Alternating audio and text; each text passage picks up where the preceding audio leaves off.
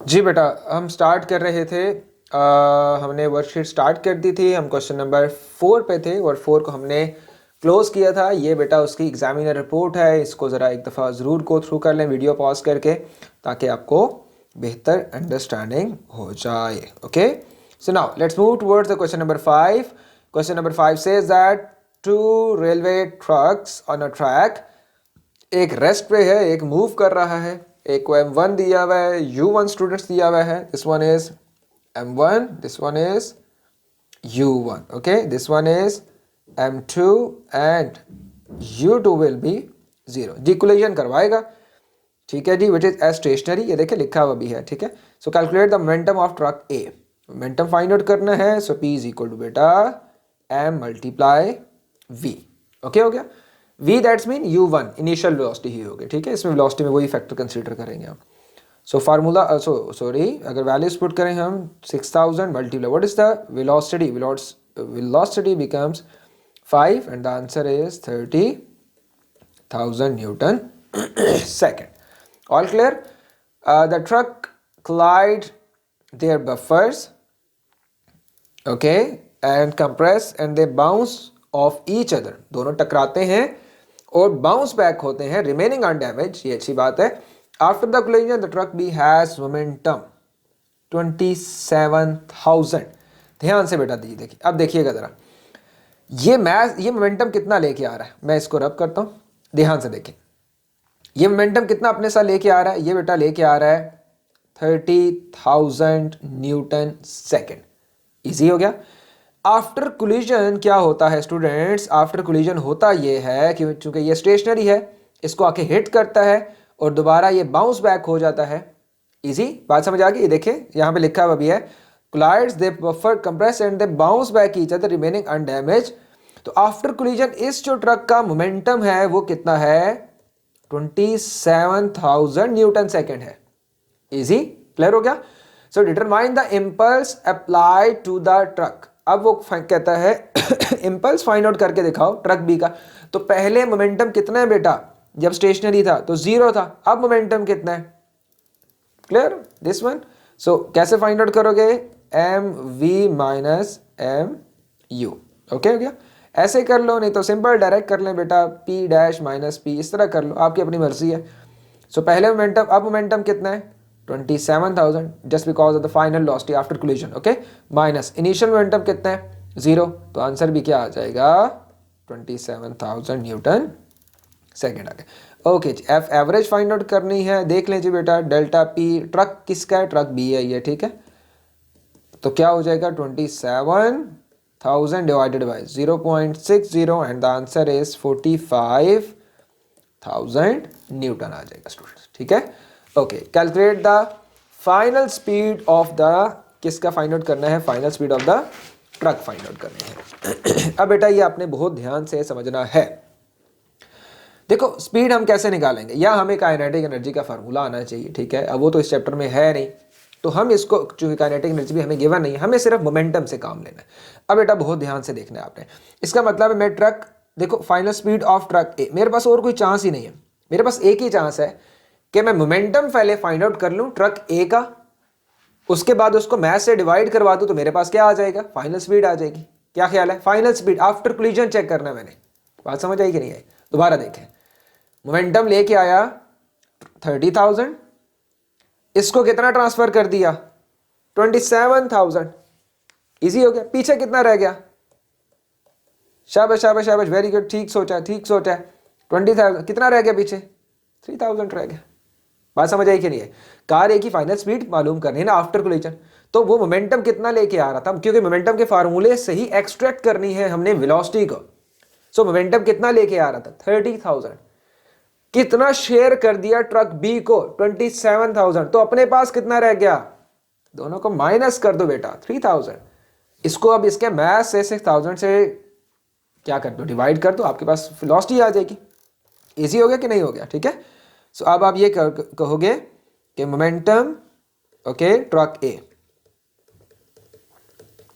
ए का momentum find out करोगे, sorry okay. सो लेके कितना आया बेटा 30,000 माइनस शेयर कितना कर दिया 20,000, कितना रह गया पीछे 3,000। मोमेंटम का फार्मूला क्या होता है mv 3000। ट्रक के का मैस कितना है स्टूडेंट्स, मैस है उसका, इसको मैस से डिवाइड करवा लोगे, ठीक है। ओके सो मैस कितना है स्टूडेंट्स, मैस है बेटा इसका 6000। आंसर क्या आया 0.5 मीटर पर सेकेंड। इजी, सोचिएगा, एफर्ट्स करें इस पे, सोचना ज़रा हो जाएगा। एग्जामिनर रिपोर्ट है आपके सामने, ज़रूर पढ़िएगा, ध्यान से बेटा जी पढ़ना है। इसमें कभी कभार ऐसी टेक्निक्स भी लिखी होती हैं जो कि आपको थोड़ा सा हट के भी आंसर बताते हैं, हट के कॉन्सेप्ट देते हैं, तो ये आपने ज़रूर पढ़ना है। ओके जी, the last question is question number 6 we have shows two car A and B before the collide. Okay जी, क्लाइड अभी नहीं की, तो हमें तो वेलोसिटी पता चल गई पहले ही, किसकी, इसकी। सो इसका मास m1 और वेलोसिटी v1 कितनी है जी बेटा 18 मीटर पर सेकंड है। मास कितना है इसका, कार A का मास 2000 kg है। इजी। कार B कितना है, m2 कितनी है, m2 का मास है बेटा 1200 किलोग्राम। इसकी वेलोसिटी कितनी है स्टूडेंट्स, वेलोसिटी है इसकी 0, स्टेशनरी है ना। So you have to find out the momentum of car A, P is equal to mv. What is m?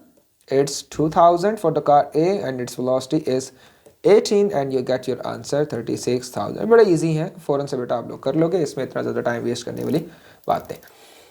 Okay ji, again वही बात, अब चेक करें चेक करें चेक करें चेक करें, ये पिछले लॉजिक लगाएंगे हम। मोमेंटम कितना लेके आ रहा है 36,000 लेके आ रहा है, कितना ट्रांसफ़र करेगा ये इसके इम्पल्स पे डिपेंड करता है। इजी, मतलब इसको बाद में जितनी वेलोसिटी मिलेगी, इसकी वेलोसिटी अभी वो बता देगा आफ्टर कोलिजन इसकी वेलोसिटी कितनी है, तो हम क्या कर लेंगे mv माइनस mu से इसका मोमेंटम फाइंड आउट कर लेंगे। इनिशियल मोमेंटम कितना है अभी 0 है स्टूडेंट्स, शेयर होगा ना अभी, किस में से शेयर होगा, इसका कुछ हिस्सा इसको ट्रांसफर हो जाएगा, तो इसके पास रिमेनिंग कितना रह जाएगा, अब ये सोच लगानी है आपको। इजी, शाबाश। Calculate the momentum of, okay दे दिए भाई, दे दिए कहता है car A collide and car B experience an impulse. Car A continues to move in the same direction with the momentum of 21,000। वो कहता है कि 36,000 लेके आया है, आफ्टर कोलिजन भागता रहता है ये कार आगे, कितने मोमेंटम से बेटा 21,000 kg मीटर पर सेकेंड से। So calculate the momentum of car B after the collision. So कितना मोमेंटम होगा, 36,000 लेके आया, आफ्टर कोलिजन हुई, बाकी गायब हो गया, कितना रह गया बेटा 21,000 रह गया, तो इन दोनों को माइनस करोगे ना, तो जितना है वो किसको मिल जाएगा, कार बी को मिल जाएगा। इजी। सो अब आप कार बी का लिखोगे delta P is equal to क्या होगा 36,000 माइनस 21,000, ये टोटल है मोमेंटम, ये कितना है रिमेनिंग, तो शेयर इस तरह आ जाएगा, शेयर कितना आ जाएगा 15,000 न्यूटन सेकेंड आ गया। तो ये वो मोमेंटम है जो कि किसके पास है बेटा इस टाइम, कार बी के पास है, sorry. Okay, calculate the average impulse experience by the car B during the average impulse. Okay, that's mean you have to find out the impulse and the impulse is before final momentum minus initial momentum. Okay, तो final मतलब before collision, नहीं sorry after collision AC after collision करो, this one is BC before collision. Easy. So after collision कितना है 15,000, before collision कितना था 0 था, कैसे पता चला, रेस्ट पे था, तो रेस्ट पे मोमेंटम क्या होता है बेटा, वेलोसिटी 0 होने की वजह से। इजी। सो ले जी स्टूडेंट्स, ये आपका हो गया, सॉल्व हो गया, और अब हम चलते हैं इसके नेक्स्ट पार्ट पे। The car are in contact for 0.20 second. Calculate the average resultant force experienced by car B during the collision. Okay, G delta P divided by T. What is the value of delta P? It's 15,000 divided. What's the time? 0.2. Divide करोगे बेटा, answer आ जाएगा। Okay जी, last question है, I hope so इस worksheet का, उसके बाद ये worksheet खत्म हो जाएगी। यस, ऑलमोस्ट एंड हो गई, ठीक है। तो अब हम स्टार्ट करते हैं बेटा यहाँ से। ये जो क्वेश्चन है ना, इसका जो कॉन्सेप्ट है ये मैंने लेक्चर 2 में बहुत डिटेल से आपको समझाया है, ठीक है। कहता है modern car is design so that during the collision the front section of the car is crushed. कहता है ऐसे डिजाइन की जाती है कि फ्रंट सेक्शन बेशक क्रश हो जाए, जिसकी वजह से टाइम ऑफ कांटेक्ट जो है इंक्रीज हो। इसका बेनिफिट क्या होगा उन लोगों पे जो कि कार के अंदर बैठे हैं। ठीक हो गया। तो आपने फोकस किस पे करना है, ध्यान से बेटा बात सुनो। आपने फोकस करना है टाइम ऑफ कांटेक्ट पे कि क्यों टाइम ऑफ कांटेक्ट इंक्रीज हो, उससे क्या हुआ, लोग कैसे महफूज रहेंगे अंदर या थोड़ी सी बचत होने के चांसेस ज़्यादा हो जाएंगे। अब हमने इस चीज़ को देखना है। क्लियर हो गया। सो अब मैं आपको इनफॉर्मल से आपको आंसर कर देता हूँ पहले, फिर इसका फॉर्मल आंसर भी लिख लेते हैं। Delta P is equal to F multiply T, यही फार्मूला बताया था ना। और इसमें इन दो का रिलेशन क्या है बेटा, ये दोनों आपस में इनवर्सली प्रोपोर्शन है। एग्री। इसका मतलब है अगर टाइम ऑफ कांटेक्ट ज्यादा कर दोगे किसी भी कोलिजन का, तो वो जो इम्पैक्ट फोर्स है ना बेटा, वो क्या हो जाएगी, वो ऑटोमेटिकली डिक्रीज हो जाएगी। क्या हो जाएगी, डिक्रीज हो जाएगी। क्लियर हो गया। ठीक हो गया ना, ये बात याद रही थी। लेक्चर 2 में एक दफा दोबारा देख लीजिएगा। तो जितनी भी मैंने क्रिकेट की एग्जांपल दी, कैच करने की एग्जांपल दी, वो सारी इससे बेस कर रही थी कि जब हम जो ये टाइम ऑफ कांटेक्ट कोलिजन का जो टाइम है ये इंक्रीज करोगे, तो आपके पास एक्सीडेंट्स के केस में ये जो इम्पैक्ट फोर्स है ये क्या हो जाएगी, डिक्रीज हो जाएगी। क्यों, क्योंकि दोनों आपस में इनवर्सली प्रोपोर्शन है। इजी हो गया। अच्छा अब देखिएगा, टाइम ऑफ कोलिजन इंक्रीज कर रहे हैं तो ये चीज़ क्या हो जाएगी, कम हो जाएगी। अब इसका आंसर हम लिखते हैं। ठीक है, as delta p impulse is f multiply delta t, easy, where f is impact force and t is the impact time. So if there is, अब इसको शॉर्ट भी करके लिख लीजिएगा, there is greater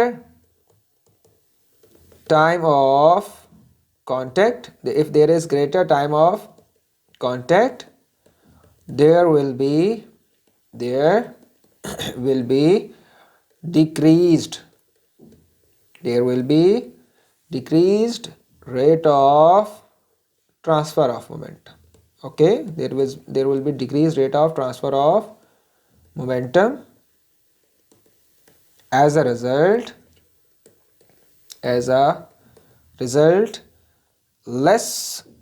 less impact force experienced by the people sitting in the car. Okay हो गया। ठीक है, आप स्टार्ट इसको ऐसे भी कर सकते हैं, आप ये भी बिल्कुल सही है। ठीक है, कोई इशू मसले परेशानी, यहाँ तक आपको मार्क्स फुल मिल जाएंगे। आप इसको ऐसे भी कर सकते हो। ठीक है, F average multiply T I dot E dot, that is F is inversely proportional to 1/T. Okay हो गया। ठीक है, तो आप इसको ऐसे भी कर सकते हैं, एक ही बात होगी। ठीक है, फिर आप अपना आंसर स्टार्ट कर दो। इजी। सो स्टूडेंट्स, मोमेंटम का चैप्टर हमने एंड कर लिया।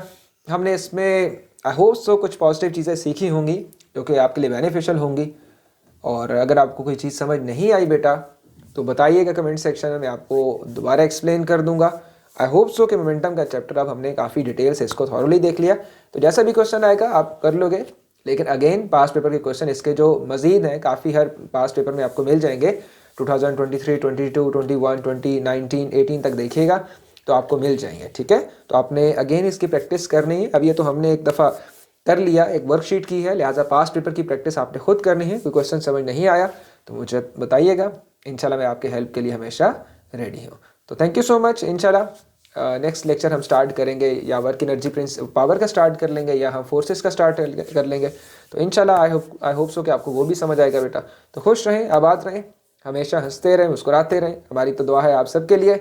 और अच्छी तरह पढ़िएगा क्योंकि एग्ज़ाम्स करीब हैं। अल्लाह हाफ़िज़।